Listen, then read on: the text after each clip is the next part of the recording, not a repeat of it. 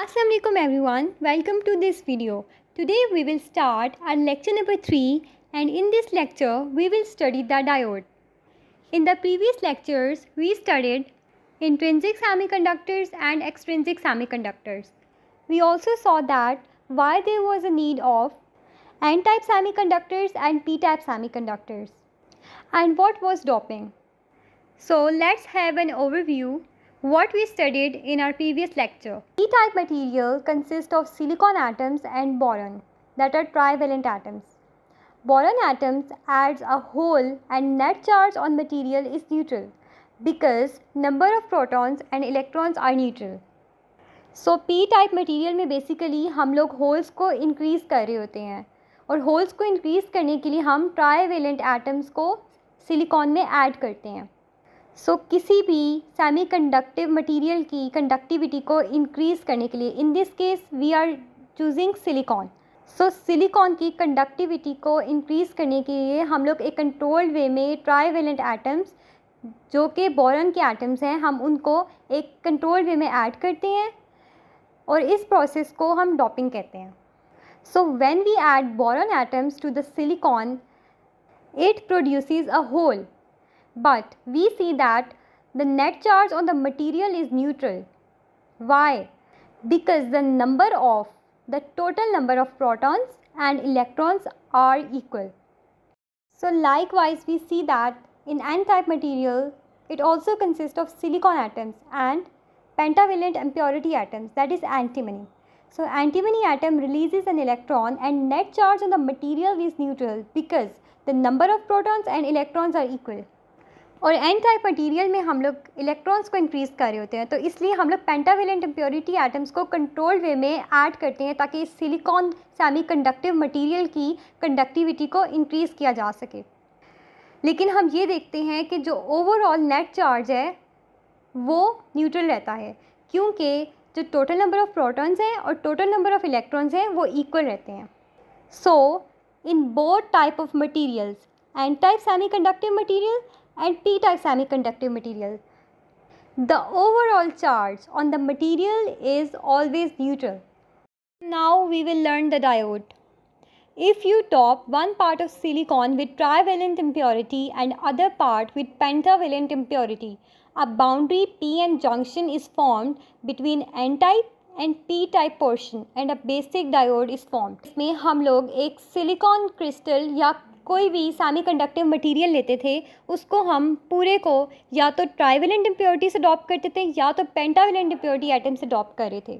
लेकिन डायोड के केस में हम लोग सेमीकंडक्टिव मटेरियल के एक हाफ को ट्राईवेलेंट इम्प्योरिटी से डॉप करते हैं और अदर हाफ को पेंटावेलेंट इम्प्योरिटी से डॉप करते हैं और इसके दरमियान में एक बाउंड्री बन जाती है जो कि पी एन जंक्शन होती है जिसको हम पी एन जंक्शन कहते हैं. और इस पी एन जंक्शन के एक साइड पे पी रीजन होता है और दूसरे साइड पे एन रीजन होता है जो कि एक बेसिक डायोड है. सो डायोड में एक पी रीजन होता है, एक एन रीजन होता है और एक पी एन जंक्शन होता है. And a diode is a device that conducts current only in one direction. Now we see that P region has many holes as majority charge carriers and electrons as minority charge carriers. And N region has many free electrons as majority charge carriers and holes as minority charge carriers. So now we will see the formation of depletion region. So we will see that what is depletion region. Free electrons in N region are randomly drifting. At instant of p-n junction, free electrons start diffusing across the p-n junction to p region where they combine with holes near the junction.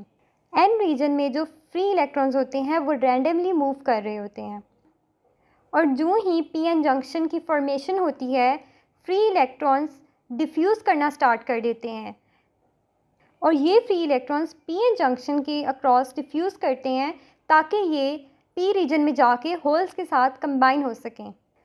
So here we see that before the p-n junction the net charge was neutral. When p-n junction is formed, N region loses free electrons and they diffuse which creates a partial positive charge near junction.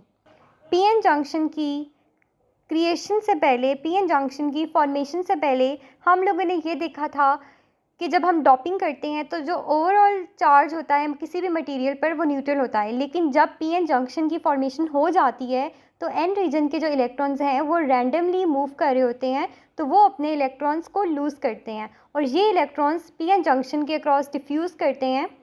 सो अब electrons जो हैं वो diffuse करते जा रहे हैं, electrons की deficiency हो रही है, तो वहाँ पर पॉजिटिव चार्जेस जो हैं वो क्रिएट हो जाते हैं। So now we see that as electrons move across the junction, p region loses holes and a negative charge is created near junction. हमने स्टडी किया था कि जो होल्स होते हैं उनके ऊपर पॉजिटिव चार्ज होता है, वो पॉजिटिव चार्जेस होते हैं, ठीक है। तो हम देखते हैं कि जब इलेक्ट्रॉन्स जो हैं वो डिफ्यूज़ कर रहे हैं तो p रीजन जो होता है वो अपने होल्स को भी लूज़ करना स्टार्ट कर देता है, और जब होल्स लूज़ होते हैं तो वहाँ पर एक नेगेटिव चार्ज क्रिएट हो जाता है। सो पीएन जंक्शन के करीब, पीएन जंक्शन के पास पॉजिटिव चार्जेस भी आ जाते हैं और कुछ नेगेटिव चार्जेस भी आ जाते हैं, and these two layers of positive and negative charges form the depletion region. एक साइड पे पी रीजन है, एक साइड पे एन रीजन है, दरमियान में पीएन जंक्शन है, और पीएन जंक्शन की साइड्स पर पॉजिटिव चार्जेस की लेयर्स हैं और नेगेटिव चार्जेस की लेयर्स हैं, और इन पॉजिटिव और नेगेटिव चार्जेस की लेयर को हम लोग डिप्लीशन रीजन कहते हैं। So depletion refers to that region near the PN junction where it is deprived of charge carriers due to diffusion across the junction.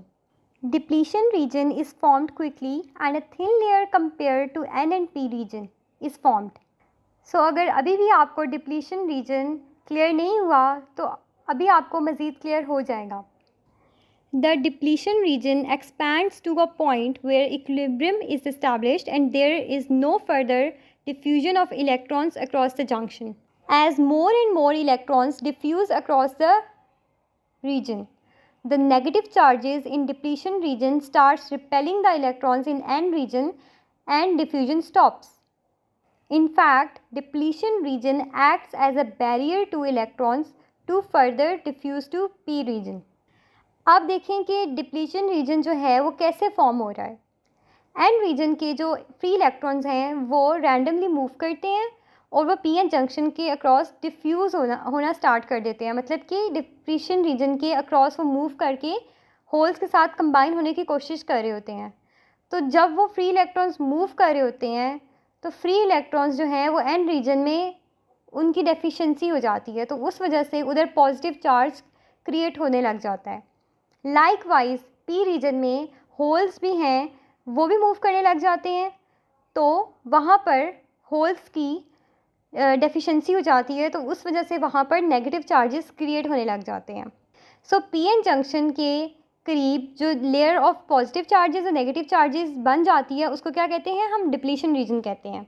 अब इससे क्या मतलब है कि जो डिप्लीशन रीजन है ये वो रीजन है जहाँ पर पीएन जंक्शन जो होता है that is deprived of charge carriers.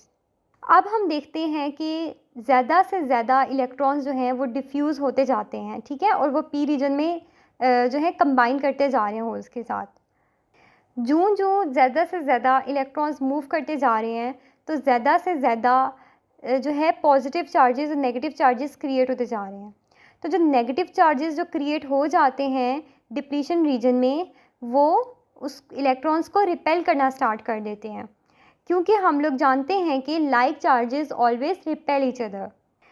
तो एक पॉइंट आता है जहाँ पर मज़ीद जो है डिफ्यूजन नहीं हो सकती और डिफ्यूजन वहाँ पर जाकर स्टॉप हो जाती है, और इस पॉइंट पर इक्विलिब्रियम इस्टेब्लिश हो जाता है जहाँ पर कोई भी मज़ीद इलेक्ट्रॉन जो है वो पीएन जंक्शन के क्रॉस डिफ्यूज़ नहीं हो सकता। सो अब ये जो डिप्लीशन रीजन होता है जब इक्विलिब्रियम इस्टेब्लिश हो जाता है ये बेसिकली एक बैरियर बन जाता है। बैरियर मतलब हर्डल बन जाता है, किसके लिए, इलेक्ट्रॉन्स के लिए, और ये ऐसा बैरियर बनता है जिससे मज़ीद इलेक्ट्रॉन्स डिफ्यूज़ ना कर सकें। इसकी एग्ज़ाम्पल आप इस तरह ले सकते हैं कि जैसे एक ग्लास है और आप उसमें पानी डाल रहे हैं, आप उसमें पानी डालते रहते हैं और वो फिल होता रहता है।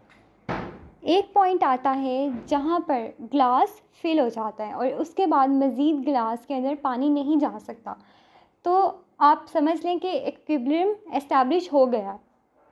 तो अब अगर आप मज़ीद पानी डालते हैं तो वो क्या करेगा, एज ए बैरियर एक्ट करेगा और वो पानी मज़ीद ग्लास के अंदर नहीं जाएगा, वो ग्लास से बाहर फ़्लो करने लग जाएगा।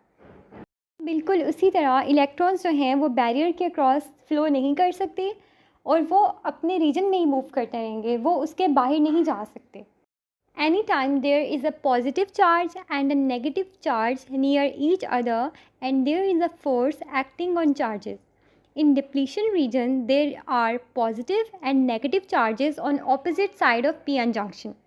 हम देखते हैं कि डिप्लीशन रीजन में पॉजिटिव चार्जेस भी हैं और नेगेटिव चार्जेस भी हैं और इन चार्जेस के ऊपर एक फोर्स एक्ट कर रही है और ये ऑपोजिट चार्जेस जो हैं ये p-n जंक्शन की ऑपोजिट साइड्स पर मौजूद होते हैं.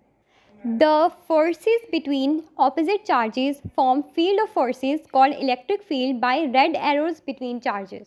अब ये जो डिप्लीशन रीजन में ऑपोजिट चार्जेस हैं इनमें एक फोर्स मौजूद होती है जिसको हम इलेक्ट्रिक फील्ड कहते हैं.